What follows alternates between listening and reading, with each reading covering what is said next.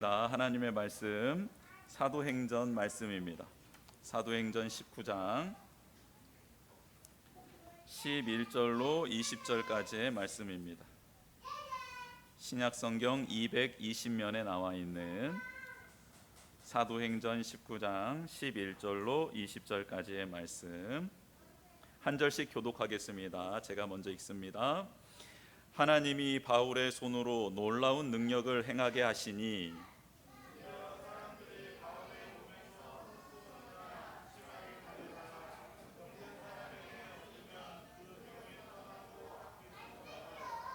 이에 돌아다니며 마수라는 어떤 유대인들이 시험 삼아 악귀 들린 자들에게 주 예수의 이름을 불러 말하되 내가 바울이 전파하는 예수를 의지하여 너희에게 명하노라 하더라.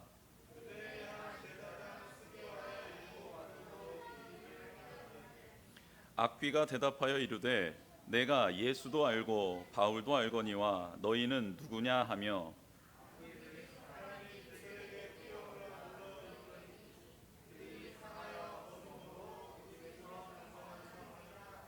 에베소에 사는 유대인과 헬라인들이 다 이 일을 알고 두려워하며 주 예수의 이름을 높이고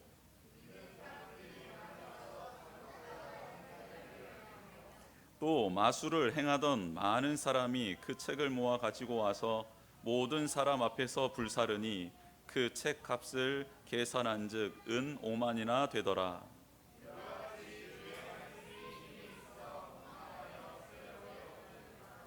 아멘. 제가 중학교 시절에 있었던 일입니다. 교회에서 수련회를 갔는데 담력 훈련을 한 겁니다. 2명씩 짝을 이뤄서 나지막한 언덕이 있는 그 산 쪽으로 이렇게 향하게 되었습니다.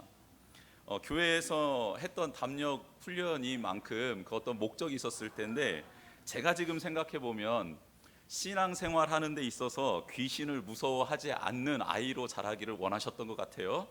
그리고 옆 친구와 함께 짝을 이루어 협력하며 믿음의 여정은 혼자 가는 것이 아니다라는 것을 가르쳐주기 위함이었던 것 같습니다. 또 한 가지는 믿음을 가지고 목적지까지 가야 되는 것이 이게 참 중요한 것이다라는 것을 우리에게 가르쳐주기 위해 그런 담력 훈련을 했던 것 같습니다. 아무튼 아무것도 보이지 않는 어둠 속에서 조그마한 손전등을 가지고 친구와 함께 그 담력 훈련을 이제 시작하게 되었습니다. 산길을 오르다 보면 지정되어 있는 장소가 있었고 그곳은 코너로서 이제 어떤 프로그램이 진행되고 있었습니다. 갔더니 선생님 한 분이 계시고 먼저는 주기도문을 암송해라 해서 주기도문을 큰 소리로 암송하고 또 다른 코너에 갔더니 이번에는 성경 어디를 찾아라 그래서 찾고 그것을 같이 암송하고 또 외치는 일들, 또 찬송가를 불러라 복음성가를 불러라 하는 코너도 있었고 또 어느 코너에서는 그 친구와 함께 줄넘기를 같이 뛰면서 몇 개를 넘어야 이렇게 통과되는 코스 이런 것들이 있었던 것 같습니다.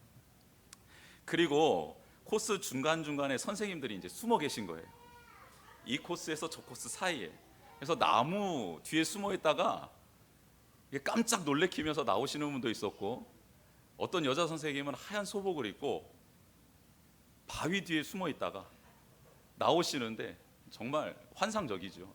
환상적이고 그리고 또 정말 놀랐던 건 저를 정말 놀라서 제가 덜썩 주저앉게 했던 것은 뭐냐면 그 외진 길을 걸어가는데 이제 너무 좁은 길인 거예요. 그런데 발목을 잡는 거예요. 발목을. 그러니까 이 선생님이 완전히 포복 자세로 누워 있다가 우리가 지나갈 때 뒤에서 발목을 잡는 겁니다. 그런데 발목을 잡혀 보니까 그 자리에서 정말 주저앉게 되더라고요. 아무튼 이건 누구를 위한 훈련인지 모르겠지만 아무튼 그런 훈련을 통해서 담력은 지금까지 생기지 않은 것 같습니다. 여전히 무섭습니다. 여전히 무서워. 시간이 지나 제가 청년이 되었을 때 중등부 총무로 섬겼던 적이 있었습니다. 그때에도 동일하게 저도 중학생을 대상으로 담력 훈련을 시켰지요. 저도 이제 귀신 분장을 하고 아이들을 기다렸습니다. 저는 특별히 피를 흘리는 귀신이었습니다. 주님의 보혈을 사모하는 나머지 저도 이렇게 그런데 귀신 분장을 하고 기다리고 있었던 제가 얼마나 그 기다리는 시간 내내 무서웠는지 모릅니다.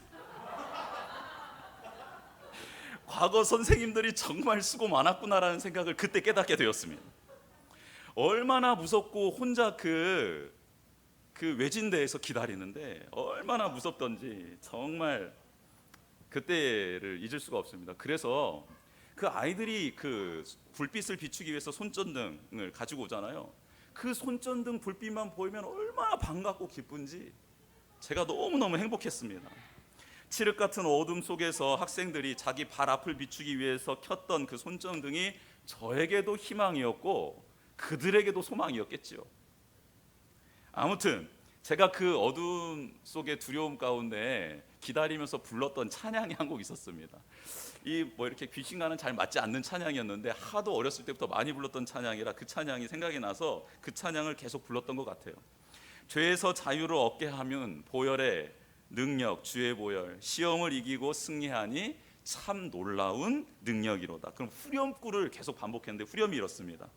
주의 보혈 능력이 또다, 주의 피 믿으오, 주의 보혈 그 어린 양의 매우 귀중한 피로다.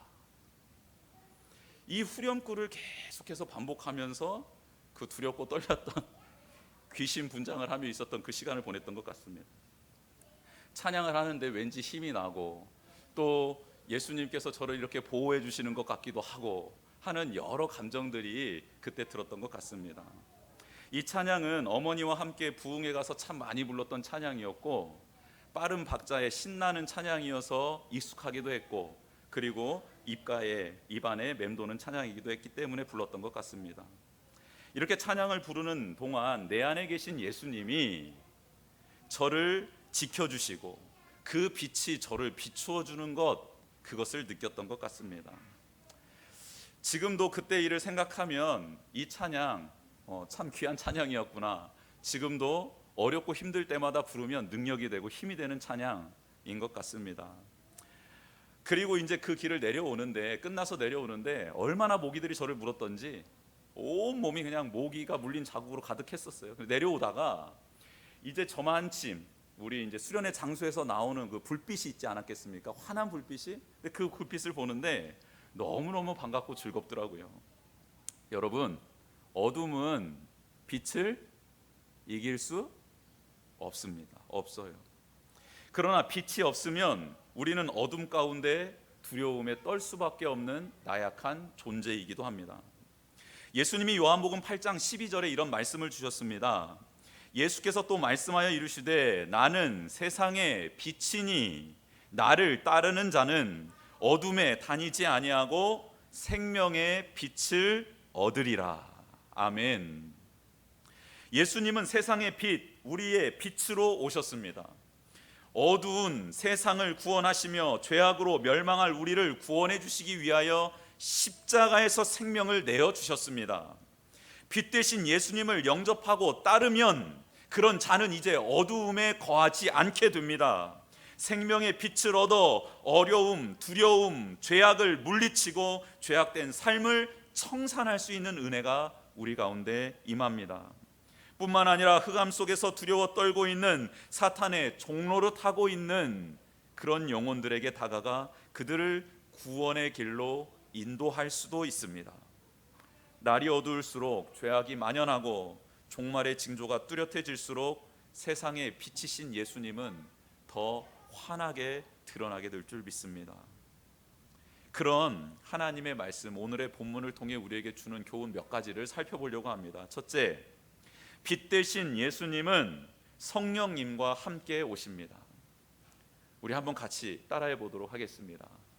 빛 대신 예수님은 성령님과 함께 오십니다. 어두움에 갇혀 있었지만 그곳이 천국인 줄 알고 살아가고 있었던 사도 바울이 있었습니다. 그에게 예수님 다가오셔서 그의 눈을 멀게 하시죠. 그리고 난 다음에 그의 눈을 다시 띄워주셔서 이전에 자신이 알고 있었던 세계는 거짓이었고 그리고 예수 그리스도를 통해 보게 되는 이 세계가 진짜임을, 생명임을, 진실임을 깨닫게 해주십니다. 바울은 그동안 자신이 있었던 세계가 흑암의 세계였고 사탄의 종로를 타고 있었던 세계였음을 깨닫게 됩니다. 그리고 하나님의 나라를 맛보며 그 나라 안에서 예수 그리스도 빛 되신 그분을 만나게 되지요. 그래서 그는 여전히 어둠 가운데 있는 백성들에게 향하여 나아가 빛 되신 예수 그리스도를 소개합니다. 증거합니다. 오늘 본문은 그런 사도 바울의 3차 전도 여행의 시작되는 그 시작을 알리고 있습니다. 3차 전도 여행은 6년 동안 진행되었는데 그 중에 한 반절, 약 한 3년 동안을 에베소에서 보내게 됩니다. 오늘 우리는 그가 많은 시간을 보낸 에베소에서 일어난 일들을 잠깐 살펴보려고 합니다. 에베소는 바울이 2차 전도 여행을 마치고 귀환하던 터에 들렸던 항구 도시였습니다.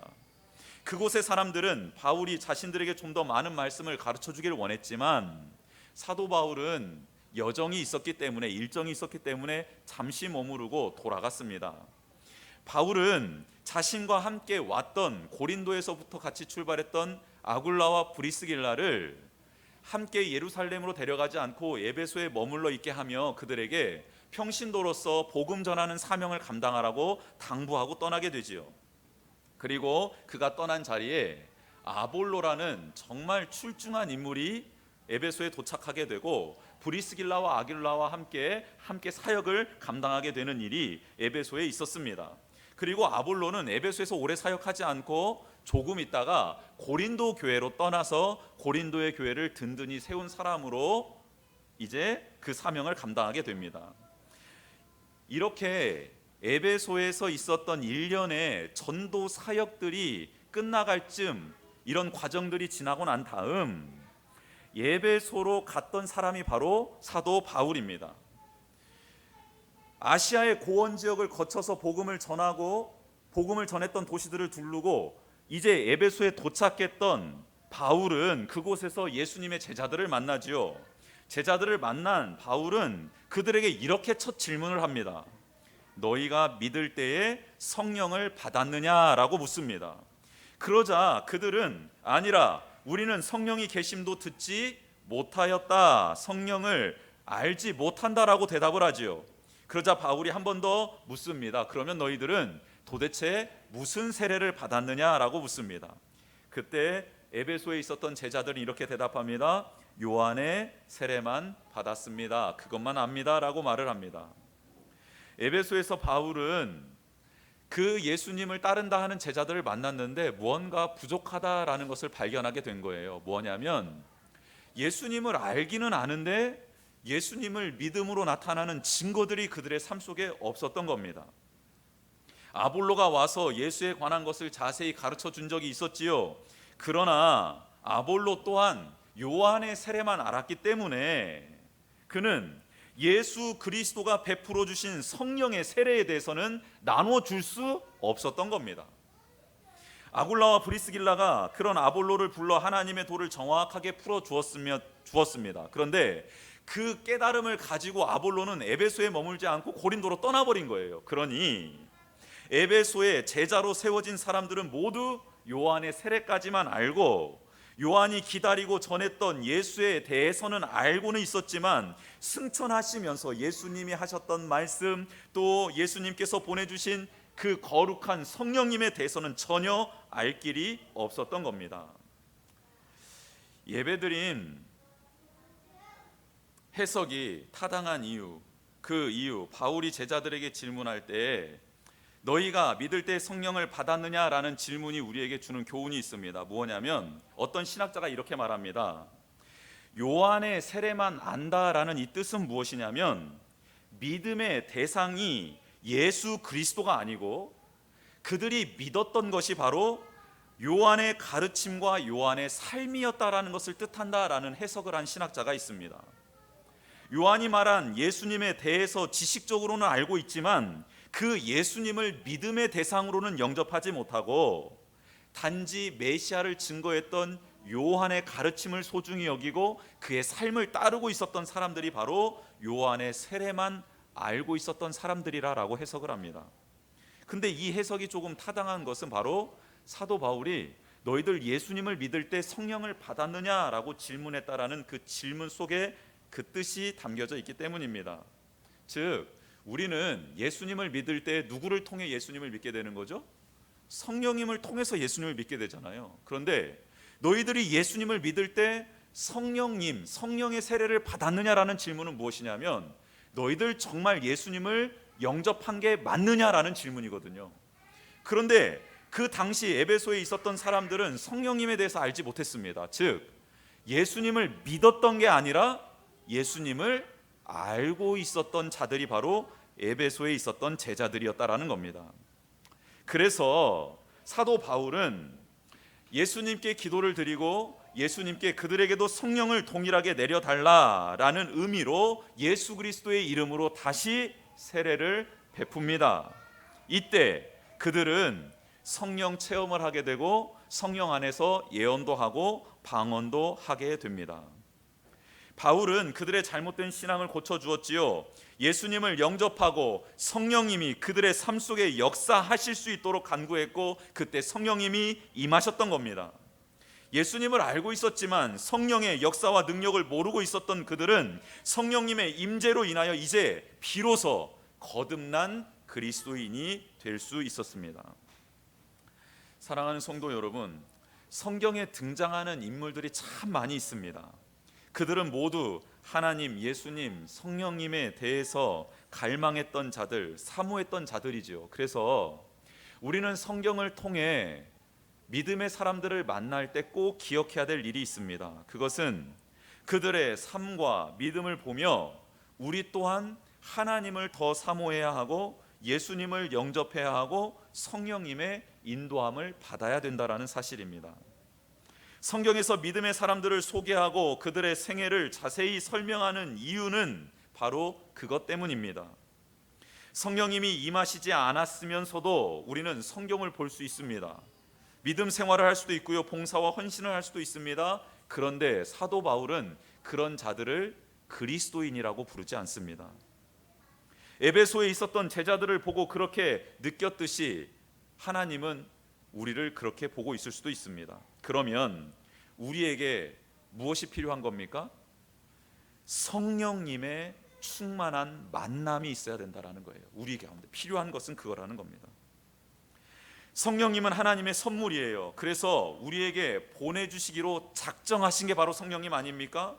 그리고 하나님의 뜻이 이루어지기 위해서는 우리에게 한 가지 요청하는 것이 있습니다. 그것은 바로 간절함입니다. 사모함이에요. 초대교회 성령이 임했던 사건, 그 과정을 통해 우리에게 성령 충만해지는 비결을 한 가지 알려주셨는데 그것은 바로 그 성령을 약속하신 이가 하나님이시고 그 약속을 믿고 사모하며 기도하라라는 겁니다. 여러분, 성령님이 우리에게 임하실 수 있는 다른 방법은 없습니다. 하나님이 주시기로 약속하셨다라는 것을 믿는 것, 그리고 그 믿음을 가지고 간절히 사모하며 간구하는 것, 이것밖에 없습니다. 여러분, 이 믿음, 이 신앙의 고백, 이 간절함을 통해서 성령 충만함을 힘입기를 원합니다. 성령님이 임하시지 않으면 우리의 믿음은, 우리의 신앙은 거짓됩니다. 그리고 성령님이 임하시면 우리는 예수 그리스도를 따르고 닮아가는데 기쁨과 은혜가 충만하게 됩니다. 억지로 끌려가는 것이 아니고요, 기쁨과 감사함 가운데, 능력 가운데 그 길을 걷게 되더라는 겁니다. 그런 저와 여러분 되기를 주님의 이름으로 축복합니다. 오늘 말씀을 통해 또 두 번째 주는 교훈은 성령님은 나를 변화시켜 사용하신다입니다. 성령님은 나를 변화시켜 사용하십니다. 에베소에 도착한 바울은 유대인 회당에 들어가 복음을 전하지요. 하지만 마음이 굳어 순종하지 않고 무리 앞에서 복음을 비방하는 자들, 유대인들이 등장합니다.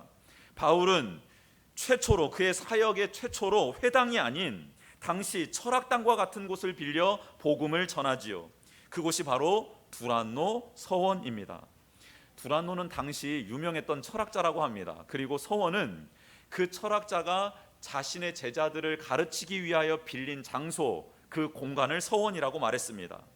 그러니 오늘 사도 바울이 빌렸던 그 두란노 서원은 두란노라는 철학자가 가르치기 위하여 사용했던 공간이었던 것이고, 그들이 그 공간을 사용하지 않는 시간대에 사도 바울은 그 공간에 임대료를 내면서 그곳에서 성도들을 가르쳤다라는 말씀입니다.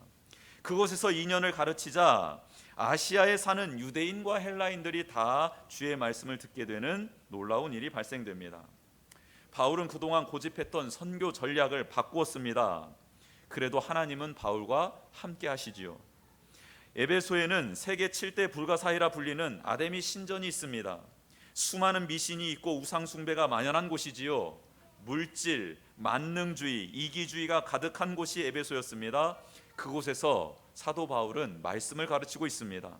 얼마나 힘들고 어려운 시간이었겠습니까? 그러나 그에게는 함께하는 자들이 있었지요. 바로 브리스길라와 아굴라, 그리고 이방인들 중에 세워진 제자들이 바로 그들이었습니다. 그렇게 함께 이들과 에베소 교회를 세워가지요.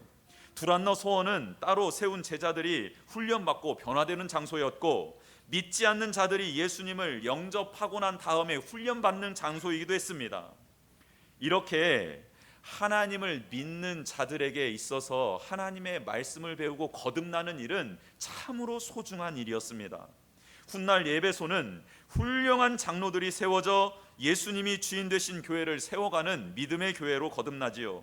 또한 교회가 어떻게 세워지는지, 무엇을 해야 하는지, 교회의 본질은 무엇인지를 기록한 에베소서가 탄생한 배경이 되는 교회가 바로 에베소 교회입니다. 진리의 말씀이 증거되고 배우며 익혀가는 과정에 오늘 본문의 사건이 등장합니다. 어떤 일입니까? 바로 악귀 들린 자를 예수 그리스도의 이름으로 쫓아내는 자들이 망신당하는 일입니다.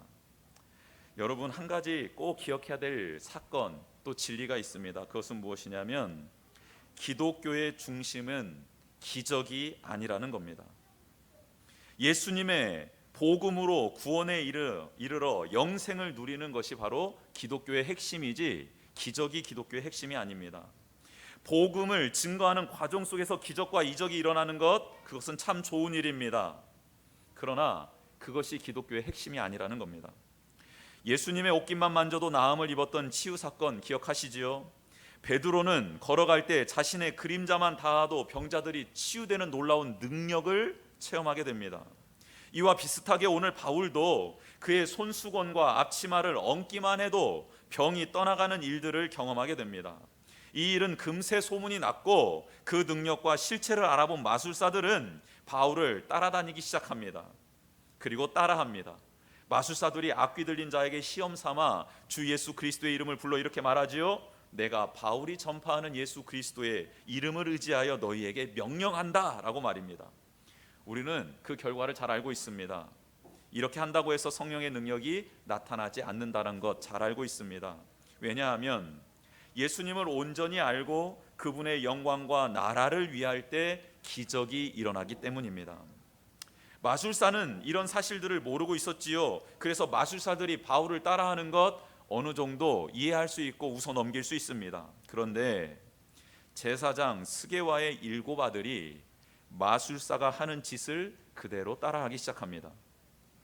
그 7 아들이 예수의 이름으로 악귀에게 명합니다.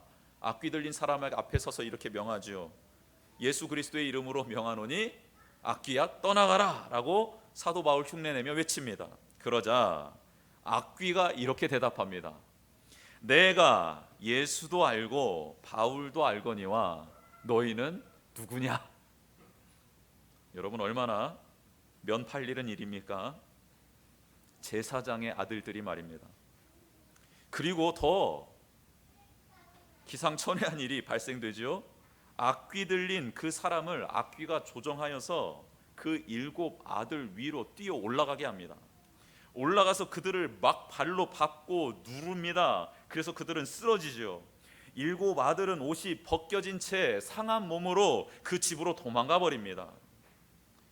여러분, 어둠의 지배자 귀신도 빛이신 예수 그리스도를 만나면 도망가는 게 정상입니다. 그런데 진짜 빛이 아니면요, 도망가지 않습니다. 자신이 가지고 있는 어두움의 힘으로 그들을 제압하고 덮어버립니다. 요한복음 14장 12절에서 14절에 이런 말씀이 있습니다. 내가 진실로 진실로 너희에게 이르노니 나를 믿는 자는 내가 하는 일을 그도 할 것이요 또한 그보다 큰 일도 하리니 이는 내가 아버지께로 감이라. 너희가 내 이름으로 무엇을 구하든지 내가 행하리니 이는 아버지로 하여금 아들로 말미암아 영광을 받으시게 하려 함이라. 내 이름으로 무엇이든지 내게 구하면 내가 행하리라. 아멘. 예수님을 증거하는 삶을 사는 사람은 하나님이 예수님에게 주셨던 능력을 동일하게 주겠다라는 약속입니다. 지금 바울은 그렇게 살고 있기에, 자신이 죽고 예수 그리스도가 그를 통해 나타나도록 살고 있기에 바울의 삶은 하나님의 능력이 임하는 삶이 되었습니다. 그래서 그는 하나님이 주신 능력으로 에베소에서 예수님이 갈릴리에 행하셨던 동일한 일들, 그런 기적들을 행하게 되었습니다. 물론 사도 바울도 능력이 나타나지 않았던 도시들이 있었지요. 에베소에서만 지금 이렇게 특별한 능력이 임하고 있는 것은 사실입니다. 그렇다고 해서 에베소에서만 사도 바울이 하나님을 의지했나? 아닙니다. 그것은 잘못된 것이지요. 앞서 말씀드린 대로 기독교는 기적의 종교이긴 하지만 기적이 중심이 되는 종교는 아닙니다. 기독교의 핵심은 구원받아 영생을 누려 하나님의 자녀 되는 것이 핵심입니다. 즉 사도 바울은 수많은 도시에서 많은 영혼들을 주님의 백성으로 구원하는 기적 중의 기적을 일으켰던 사람이지요. 에베소에서는 하나님께서 특별히 그 능력이 필요하고 그 기적이 필요했기에 베풀어 주셨다라고 이해하면 되겠습니다. 다시 본문으로 돌아가 스게와와 일곱 아들처럼 예수님을 믿지도 않으면서 하나님의 영광을 위해 예수님의 이름을 선포하지도 않으면서 자신의 유익을 위하며 자랑하며 살아가는 인생들이 예수님의 이름을 사용하면 악귀들이 그들을 망신시키고 사람들로 하여금 조롱받게 한다라는 겁니다. 여러분, 예수님이 손 쓰시지도 않습니다. 악귀들이 알아서 처리합니다. 신기하죠? 예수님이 벌하시지 않아요. 그냥 악귀들이 알아서 처리합니다. 이 일로 인해 에베소에 사는 유대인과 헬라인들은 예수님의 이름을 높이고 믿는 자들이 많아지게 되지요. 그들은 주님 앞에 나와 자복합니다. 여러분, 회개는 입술로 하는 게 아닙니다. 처음 예수님을 영접했던, 회개했던 에베소의 이방인들의 모습 한번 보실까요? 마술을 행하던 많은 사람들이 가지고 있던 책을 모아 가지고 와서 사람들 앞에 불을 태워버립니다. 자신의 생계를 책임져 주던 마술 행위, 그것이 잘못된 것을 깨닫고 책과 함께 그 모든 행위를 불태워 버리더라는 겁니다. 어느 작가가 사랑의 위대함을 말하면서 이렇게 말했습니다. 연약한 어머니는 무거운 돌을 지고는 1분도 서 있지 못합니다. 그러나 그 돌의 무게만큼 나가는 아이를 안고서는 자장가를 부르며 그가 잠들 때까지 그를 안고 서 있습니다 라고 말했습니다. 사랑하기 때문에 가능한 일 아닙니까? 힘들어도 피곤하지 않고 고단해도 기쁨이 넘치는 것 아닙니까? 십자가의 사랑을 깨달은 성도들은 하나님과 관계되는 모든 일들을 이렇게 기쁨과 감사함으로 감당하게 됩니다. 하나님이 좋아하는 일, 그것을 깨닫는 순간 자신이 좋아하는 일을 버리게 되는 것이죠. 그리고 그 하나님이 좋아하는 일을 사랑하며 순종하게 되는 것, 그것을 특권이라 생각하고 축복이라 생각하며 기쁨으로 감사함으로 그 사명의 길을 감당합니다. 빛이 임하면 어두움은 물러가게 됩니다. 그 빛이 임한 사람들은 다음과 같은 변화가 일어나는데요. 예수님의 이름을 이용해 살아가던 사람이 예수님의 이름을 높이는 자로 변화됩니다. 예수님의 이름을 사용하며 살아가던 사람들이 예수님의 이름, 그 이름을 높이는 자로 변화되고요. 또 교만과 자만의 삶을 살아갔던 사람이 예수님 앞에 엎드려 자신의 잘못을 뉘우치며 회개하는 일들이 일어납니다. 교만과 자기 의를 내려놓고 예수님 앞에 엎드려 내가 죄인임을 고백하는 일, 회개하는 일이 일어납니다. 그리고 마지막으로는 나의 뜻과 생각이 흥왕하는 것이 아니라 내 안에 주님의 말씀이 힘이 있어 흥왕하게 되는 역사, 그 역사 안에 살아가게 됩니다. 내 생각, 내 감정이 나를 지배하는 것이 아니라 하나님의 뜻, 하나님의 마음이 나를 지배하여 그렇게 살아가는 인생으로 변화되게 됩니다. 진심으로 회개하는 나를 통해 우리의 가정이 변화되고 직장과 교회가 달라집니다. 우리를 통해 구원받아야 할 영혼들이 빛 되신 주님을 보게 되지요. 빛 되신 주님이 임하면 세상의 어두움이 물러가게 됩니다. 두려움과 죄악이 사라지게 될 줄 믿습니다. 에베소에서 일어났던 일이 우리 안에, 우리가 속한 공동체 안에서 일어나게 될 줄 믿습니다. 악이 불태워집니다. 악한 습관과 생각, 상처와 염려가 불꽃과 함께 사라지게 될 줄 믿습니다. 성령님이 임하시고 역사하실 때 가능한 일입니다. 이를 위하여 우리는 예수님이 약속하신 말씀을 붙들고 기도하며 사모하는 자들이 되었으면 좋겠습니다. 성령님이 내 안에 역사하시는 그것을 맛보는 실제 그 능력, 증거가 나타나는 저와 여러분 되기를 주님의 이름으로 축복합니다. 성령님은 실제예요. 실제. 허상이 아닙니다. 그래서 반드시 증거가 나타납니다. 어떤 교단은 그래서 방언하지 못하면 성령님이 임하지 않은 것이라고 가르치는 교단도 있는데 그것은 잘못된 것이죠. 왜냐하면 성령님이 임하셨을 때 나타나는 증거가 방언, 예언일 수 있어요. 그와 동시에 성령님이 임하셨을 때 또 나타나는 게 뭡니까? 우리 내적인 변화입니다. 성령의 열매를 맺게 해주신다라는 거예요. 물론 내적인 변화는 우리의 겉모습을 변화시킵니다. 동일한 것이지요. 그런데 방언, 이것만이 성령의 증거다라고 말할 수는 없는 거라는 거예요. 그래서 이 외적, 내적 증거들이 우리 안에 나타나야 된다라고 성경은 말하고 있는 것이고 어느 한쪽으로 치우쳐서는 또 안 된다 말씀하고 있습니다. 어둠은 언제든 우리를 삼키려고 주변을 맴돌고 있습니다. 빛 되신 예수님이 계시면 문제 없겠지만 예수님이 가정과 기업, 교회와 나라에 부재하면 문제가 심각해집니다. 어둠은 빛을 절대 이길 수 없습니다. 그러나 가짜 빛은 어두움이 그를 꺼트리고 무너뜨리고 망하게 할 수도 있다라는 사실을 잊지 말아야 합니다. 또 한 가지, 우리는 빛이 아닙니다. 그리고 우리는 반드시 빛을 모셔야 살아갈 수 있는 존재입니다. 빛 대신 예수님은 성령님과 함께 오심을 잊지 마시고 성령의 사람이 되어 빛 되신 예수 그리스도를 증거하는 우리가 되기를 원합니다. 성령님은 나를 변화시켜 사용하시지요. 변화된 나를 통해 변화가 필요한 이들을 회복시켜 나갈 예수 그리스도를 찬양하며 높여 드립니다. 이 시간 같이 찬양하며 나아가기를 원합니다. 주의